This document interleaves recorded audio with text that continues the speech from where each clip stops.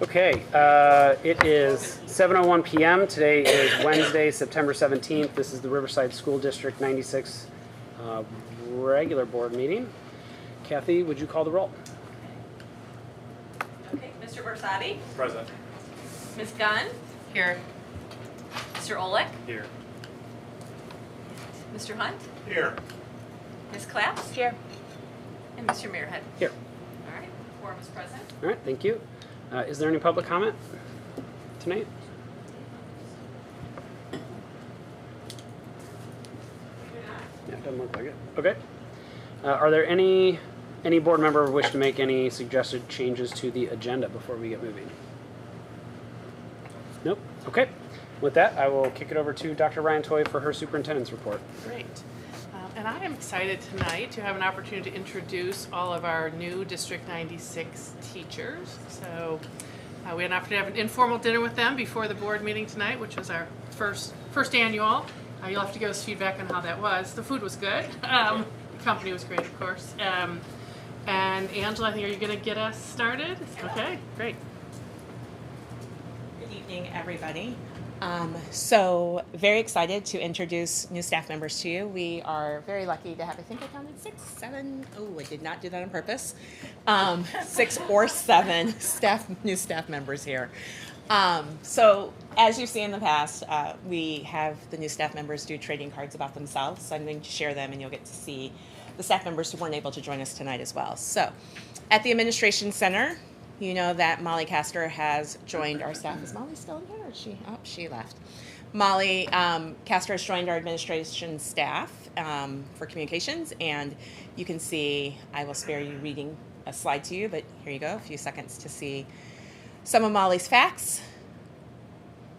And also at the administration office is Molly Marquardt, our new director of technology. And then from Ames Elementary School, we have Jacqueline Deanda is a paraprofessional at Ames. We this year had our paraprofessionals also do trading cards, so you'll get to see some of our new paraprofessionals also. Kate Ditzworth is one of our new kindergarten teacher, or is our new kindergarten teacher at Ames. Lucy Patak is our new SPED teacher at Ames, but is not new to our district. She did.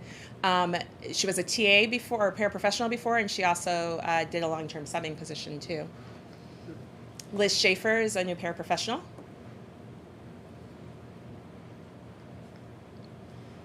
Mary Teromino is is our new resource teacher at Ames. Hey, Mary. I forgot to look behind me and see who's here. I'm just flipping through. I did not see on your statistic that you're a Lions fan. Yeah. I also did not see you're a Michigan State fan. We won't talk about that. I think I might have known that though. Weren't you wearing like a Michigan State sweatshirt? Probably. Yeah. We have Mary. Do you have? Thank you. Estrada, I did not want to butcher her name, who is a new early learners paraprofessional. Marissa Serio, also a new paraprofessional. And then we have no new staff members at Blythe Park this year. But thank you, Ms. Gorman, for joining us tonight. We're very happy to have you here. From Central Elementary School, we have Maricel Beltran as a new paraprofessional. Verdi Guzman is our new EL teacher. It's right in front of me. It's our new EL teacher at Central, if you want to wave. Holly Katz is our new 5th grade teacher at Central. Rick Miller is the new physical education teacher at Central. Nancy Navarez is a new resource teacher at Central. And Joey Corino is a new paraprofessional at Central. And those are our new Central staff members. And then at Hollywood, we have, let's see, there we go. Dr. Dwyer, and Dwyer is our new principal at Hollywood. A lot of happy Cubs fans, huh? I'm seeing lots of Cubs fans. You guys are going to be really happy with today. And then Kaylee Gahuli, did I say it right? Yeah. Yay. Is new 3rd grade teacher at Central, or at Hollywood.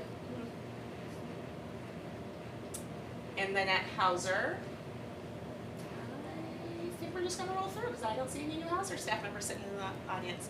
Kathy Goodwin teaches 6th grade mathematics. Isabel Hillier is a new paraprofessional. Mayanna Klein is our new instructional coach. Katerina Papadopoulos is the new 7th grade math teacher. Did anyone ever watch the show Webster? Nope. No. Thank you. From a long time ago? Yes, because I am dating myself. But George Papadopoulos, yes. Karen Serafine is is our building substitute at Hauser, or she's the long-term sub at Hauser. Sorry. Carol Wyrick is our 6/8 band orchestra teacher. And that must be it because it's not going forward. So this is in the board packet because I did flip through really fast. If you want to see some of the facts about our teachers, it's really interesting just to see some of the things that are their hobbies and their favorites. And we are very excited to have all of our new staff members join District 96. They have done such a great job just in this first 4 weeks of school, and we just look forward to the great, wonderful contributions you continue to bring. So welcome to District 96. And thank you guys so much for coming tonight.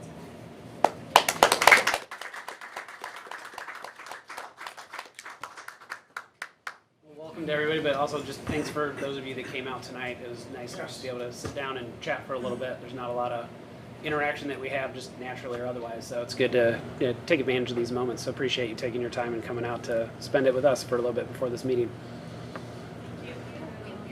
Thanks for joining us. And I know Angela had pointed out, I will point out that you all should exit because I know you have busy days ahead of you tomorrow. So and you're welcome to stay and hear about, we're moving on to the Blythe Park Playground next, which is going to be interesting. But, Thank you. all right, thanks for coming. Park staffers though, so. Yeah. So the next After the item on the playground. superintendent's report is the Blythe Park Playground Design and Visioning Update. We have Steve Wright and Ryan Kelly here from DLA Architects who helped facilitate another wonderful playground visioning session. I know the board is all aware that we did a morning coffee session with all invited adults in the community. We had what did I say, about 5 to 7, it seemed like mostly parents and then some representatives from the village who joined us for a session just before this, and then we spent a good chunk of the morning with a group of students that were representative of each of their grade levels and classrooms. And then the next day we had an evening session. We knew we felt offering a morning and an evening would be a great way to get as much community engagement as we could, and we had about 30 family members, parents, community members, and some representatives from the village join us for that. And then with all of that, DLA did some photography and some video to kind of tell the story, but if you want to both, or however you want to do it, I just want the video to tell the story entirely, up to you. I think the video tells the story, but Yeah. so thank you for having us.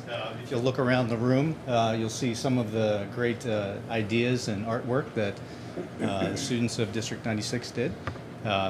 As Dr. Ryan Toy said, we spent the morning with some of the community members and then had a great session with representatives from all grade levels at Blythe Park.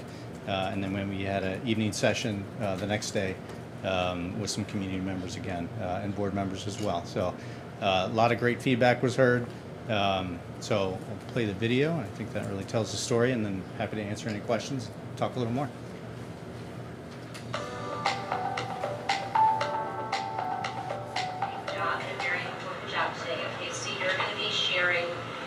Your ideas with our architects for what you think would make the very best playground. And so you have your ideas that you talked about in your classroom. I know you guys, I see some people have brought notes. Good morning, everyone. Nice to meet you. My name's Ryan Kelly. I'm with DLA Architects. I'm here with. Hi, I'm Steve Wright. Nice to meet you guys. Thank you all. Join us. All right. Is there anything that you would like to improve with your playground? Yeah? What you? A zip line? That's cool. What you? Zero wood chips? Yeah. They get in your shoes, don't they? Rubber's nice. Obstacle course. Obstacle course. Okay. So let's do this. Let's start our first activity because a lot of the types of equipment and activities that you just talked about are in. And so what we'd like to do is, we've got a bunch of different types of equipment here. A lot of them talk about some of the activities that you just mentioned. So we're going to give you 3 stickers. You're going to have a number 1, a number 2, and a number 3. Blue is going to be your number 3 choice. All right, so there's your number 1. Then you can just come up. I knew that was going to be your number 1.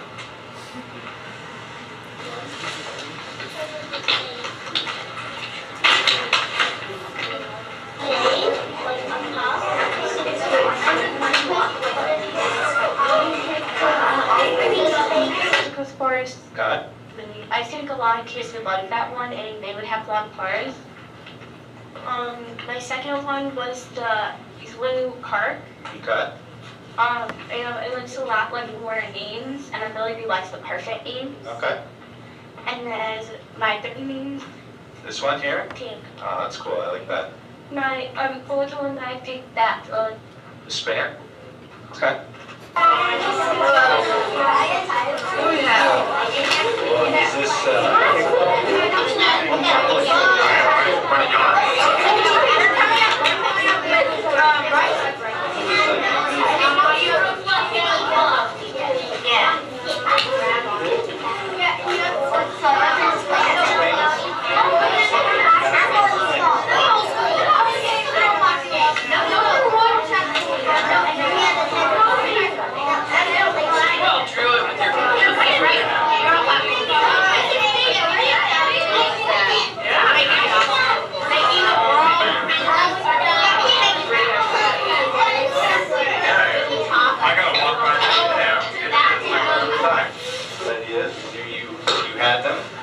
now we want to hear you explain them a little bit.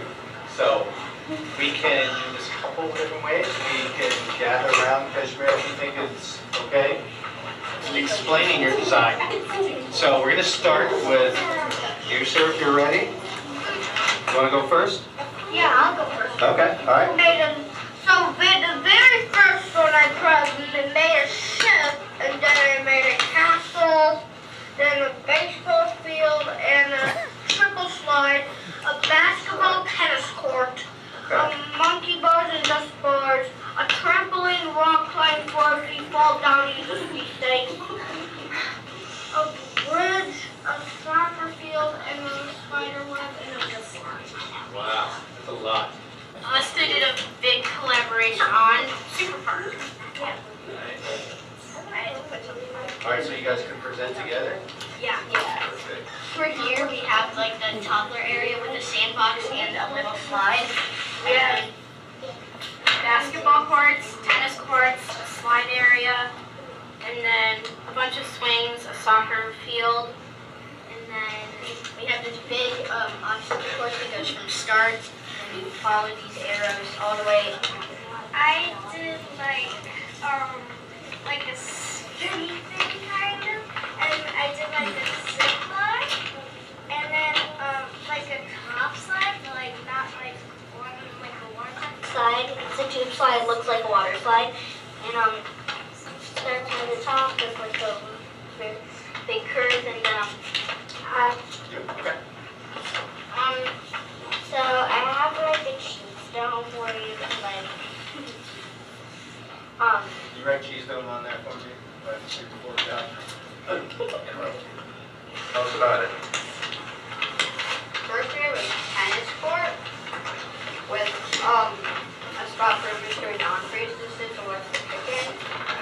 And we have a roller slide. No, this is, I don't know what it's called, but it's one of those tables, picnic tables that run back and forth. And then it's zip line, a spider web. This is a roller slide. What would it be? Rubber floor? I don't know. What trampoline floor? Yeah, trampoline.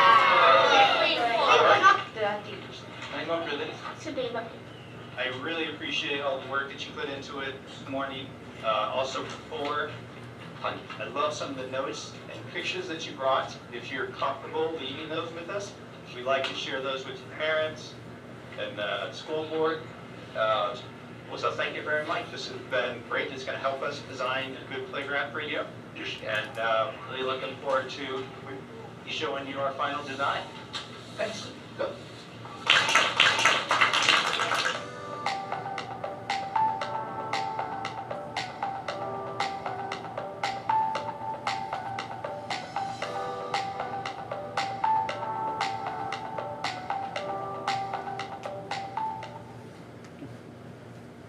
If you haven't seen one of those videos before or been involved in one of those sessions, it's a lot of fun, and you can see the excitement building, and they had a great time. So did we. So some of those things that those lists that they brought are sitting on the table there. Each student was a representative for their class, so they had a list of things that they talked to their class and they thought were important to them. So it was great. It was interesting that there was a lot of overlap in what they talked about, inclusivity, having different spaces to do different things, having that park connected. Those were a lot of the same things that the community member and the village talked about as well. So that's all I have for you today. I'm happy to answer any questions, but I think that gives us a good springboard to put a final design into place, and we can come back to you with that. How are you going to get the trampoline floor in? That I don't know. That's Not everything's that's a going to new make one. it I haven't in, heard but that one in the past. all so, good ideas. Yeah, we've had that idea in the past. Have you? Okay. Yeah. These ideas were a little more pragmatic and practical than we've seen in years past, okay. but no bad ideas. That's what I was going to ask, if there were just like the common, the zip line. It was always a zip line. Always a zip line. Yeah. The spinny thing, I don't know what it's called. The spinny thing, the swings, the traditional swings are a must. That's always a big hit. But they did talk about being in the park, having somewhere to, hide and sit and those kinds of things. So, yeah, there was a good diversity, I thought. Yeah. Do you want to give just a quick, I know not a formal timeline, but kind of an overview of where we...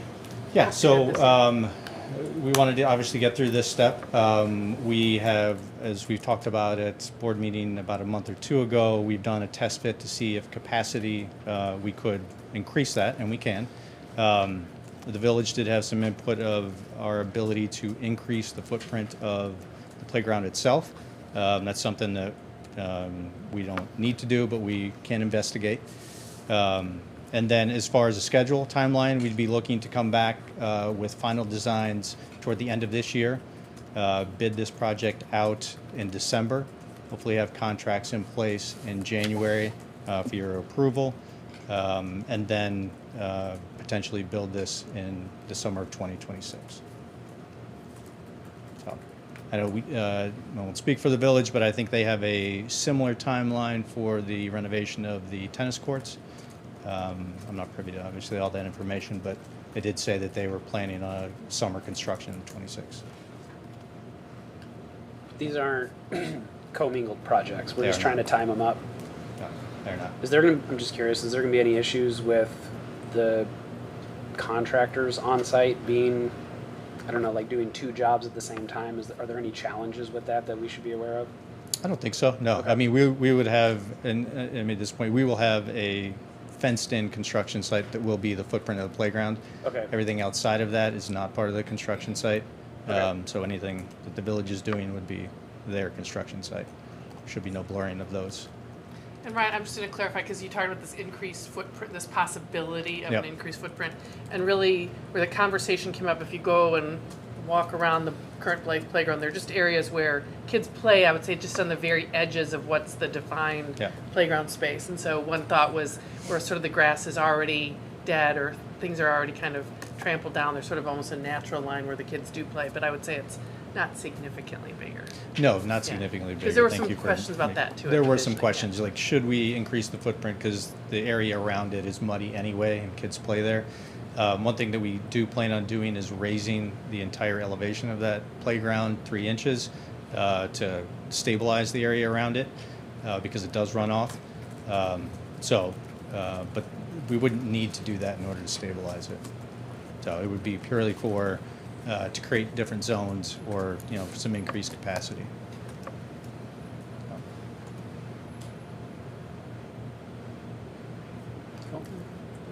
I think it might be good to know, just because this, I think there was some community feedback that was more targeted toward things that are not playground related. Just kind of, this does get a little bit tricky because we're trying to do kind of in partnership with the village, but not co-project with the village, so there is that. I think we just, for the community, we're going to be focused on the playground and the needs Great. of the students, and it happens to be a community playground, not necessarily a commingled project with the basketball, pickleball court thing that they're doing. So just as the community, yeah, and access to the playground and all And that. access to the So playground. we are really focused on, and correct me if I'm wrong, but we are focused on the playground footprint and the items that go in the playground, and that's it. We're not really going beyond that scope. Yeah, that's the direction that we've understood. One thing that I didn't mention that is important and was discussed was fencing around the playground. I know that was something from staff that they thought was important. Okay. The village was clear that they would entertain, and we obviously have to go through a review process, but would entertain fencing around the playground itself, but they had no intention of fencing around the entire park. Yeah, that makes sense. So similar to what we have at Central. Correct. Or, yeah, I guess technically Central, yeah. Hollywood, yeah, we've done Yeah, that okay. at the other playgrounds as well. But yeah, there was quite a bit of feedback that was about the park and other pieces that are not part of this project. And the village made that clear as well at those meetings. Are there any other concerns that we need to be aware of at this point, just as we go through it?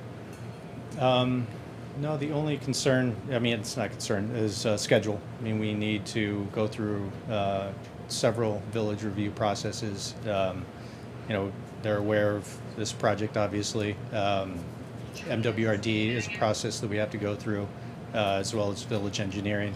So all those are pieces that we always have to go through, but are always schedule impacts. So we're on a pretty tight timeline. Yeah. Because, I mean, that's 14 weeks, basically, if you want to get it approved by us to go out to bid. Yeah. And all those are timed out in scheduled meetings, so, okay. It does Yeah, feel so- kind of tight as you kind of call that out. Be juggling dates, but I think we can do it. We need to hit all of them in sequence to be able to come back to you with a design for approval to go out to bid, and then we would bid that and then have bids that we would recommend for award. Are we going to get any kind of preliminary designs before you go through all of that, just to make sure we're all on board with what it looks like before you go through all that process, and then we want to change or something like that? Certainly can. Yeah. Okay. Yep. Because that does feel tight with all the extra approvals that we need to Yeah. do, but I'm guessing most of you probably would like to see some preliminary stuff before a final design is here, and then we run into some sort of roadblock. Sure. I don't know how that does with your timeline, but We've got a little bit of float in there, Okay. I'd say. So, I mean, if we don't award contracts in January, it's not going to derail the project completely. So, I mean, we would like to stay as close to that schedule as possible. But yeah, I mean, certainly we can come back with a final design. Okay. I mean, I would say let's try to do that as soon as possible. Yeah, I'll touch base with you, Ryan, about getting on which meeting for the board, because I know the village sent out some of their review dates too, so Yeah. this could, because there's multiple, commissions and. Right, so we've got Preservation, Parks District, Landscape Advisory. Oh, yes, thank you, Landscape Advisory, and then Village Board, ultimately Village Board approval. So if we could bring it, as soon as you're ready, bring it to this board, and then, but if this board's okay with, there may be some meetings that'll happen in between. I think this happened with some of our other projects, is because there's 4 different village level committees Yeah. that we'll need to have meetings with. Why do we need to go through preservation? Is that whole block considered? I thought it was just the building that was under the historical stuff. I'm not sure. Okay. Parks Not sure. kind of makes sense because it's I mean, I think technically their park, right? Yeah. So that makes Yeah, parks make sense, landscaping, Village Board, Preservation, that one was new to me. I don't know if that's somehow tied to the park itself. I Yeah, thought it it was must just be. the building that was on the historic landmark. I think it's tied to the Olmsted Society and their vision of that park, and just want to make sure it's in concert with Okay. their vision. All right. Anybody else? Kind of hogged all the questions, didn't they? All right. All right, thank you. Thank you, thanks. Appreciate it. And that's the superintendent's report. Okay, thank you. So that brings us to the approval of tonight's consent agenda. Could I have the board secretary please read the consent agenda? Yep. Tonight's consent agenda consists of minutes of the following previous meetings.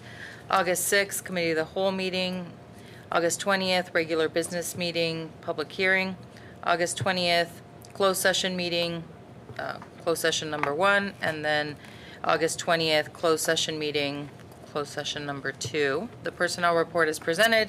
The payables pre-list as of August 31st, along with the payables pre-list as of September 17th, and the employee information system, administrator, and teacher salary and benefits reports for 2025.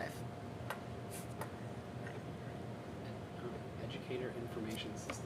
I We always wondered think. what EIS was. Well, I Thank you. confirmed. I didn't Google it. I asked Martha, but Okay. and that's tonight's consent agenda. Thank you. Does anybody wish to remove any of these items before we vote for a motion? No? Okay. Is there a motion for the Board of Education to approve the consent agenda as presented? So moved. Second. Kathy, would you please call the roll? Okay, Ms. Claps? Aye. Mr. Olick? Aye. Mr. Barsadi? Aye. Mr. Hunt? Aye. Ms. Gunn? Aye. And Mr. Muirhead? Aye. Motion passes. Our next item is the approval of our interim director of finance and operations. We have the contract here. Is there a motion for the Board of Education to approve the interim director of finance and operations as presented, which is Mr. Mark Kuzniewski? So moved. Second. Kathy, is there any discussion before we vote on this? I don't know if you want to make any comments, Lena. Mark's joining us kind of part-time while we look to fill a new finance and operations director, so much appreciated. Very much a lot of experience coming, and already from what I hear, Martha's, from what you've kind of shared with us, already got some good ideas, kind of looking at some different things and putting things together, so. I was gonna make an introduction after the vote passed, but assuming. Okay, sorry. Okay, so is there, I already said it. Kathy, could you call the roll? Okay. Mr. Olick? Aye. Mr. Barsadi? Aye. Mr. Hunt? Aye. Ms. Gunn? Aye. Ms. Claps? Aye. And Mr. Muirhead? Aye. All right, motion passes. Sorry, Martha. if you'd No, like to say no, something, I was going to let you, in all seriousness, Mark Kuzniewski is here, recently retired superintendent from neighboring district, District 95, and has graciously agreed to join us as our Director of Finance and Operations under, as you're all aware, TRS has some very specific rules around what retirees can and can't do in terms of work post-retirement. So Mark will be with us for 120 days over the course of this school year, and appreciate his expertise in our finance and operations office. And Mark's here. I know there's a few items on the agenda that we'll get to shortly, but I don't know, Mark, if you want to say hi. I think some of you have had a chance to meet Mark informally already, but not all of you. So. Well, I'm not going to follow Ryan's presentation of children putting together playgrounds, but and I've met some of you informally, but I appreciate you having me in your district and entrusting me with such important work. A lot of what you're doing is very exciting, so I'm glad to be part of playground rebuilds that obviously cost money, and everything you do costs money. And as you look at some of your aging buildings and some of the projects you have in your long-term strategic plan and your long-term operations plan are exciting. So I'm glad to be here and help out. I've had a good relationship with Martha over the last 10 years, 12 years, being neighboring superintendents. So I'm excited to be here, and again, thank you. And I'm personally excited when Martha brought this opportunity, because I've read all the great things that you've done over in our neighboring district through the landmark over the years. So glad to have you on board and helping out. Thank you. All right, next item is Riverside Education Council. Are there any comments? Thank you, guys. Okay, any board member comments?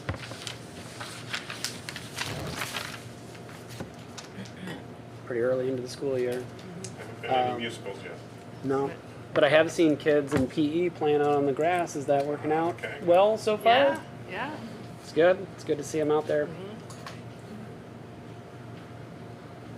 All right, so the next item up is the IASB board self-assessment. So our last meeting was a fully closed session. We were here for 3-ish hours with our IASB rep and talked about all the things we do at this table and reviewing a lot of the just ongoing things. We went through the standard, how a board governs, all the basics of a board, what the board does, how the board works with the superintendent, etc. And part of that workshop was the board agreements between ourselves, just how we're going to conduct ourselves and operate, as well as how we conduct ourselves and operate with the superintendent. And so both of those, I believe these are public view items. So tonight we are going to basically just reconfirm these. I think we just made one or two minor tweaks and some language in here, but for the most part we kept it pretty much the same as we have the last few years. Before I make a motion, does anybody have any other comments or anything that they would like to discuss about what we talked about before we vote on these particular agreements? Personally, I'd say I think Lori did a great job as always. Glad to have her back again. And Yeah. It was very beneficial. It was a good session. Yeah. And you were new, so hopefully you got a lot of value out of it. Yeah. All right. I will say I didn't do it tonight because this is the first meeting that we had it, but we are gonna. One of the things that we committed to was with the public comment, just having more transparency around what that process is, just for when community members do want to come in, if they're watching or attending in the audience, kind of have an understanding of how that component of it works. So we will have something going forward, just a quick blurb that I'll read out at the beginning of each meeting for the public comment, just to give that context. That was really the only, I think, major thing that kind of came out of it. So with that, is there a motion for the board to approve the board-to-board and board-to-superintendent agreements as presented? so moved. Second. Kathy, would you call the roll? Okay, Mr. Barsadi? Aye.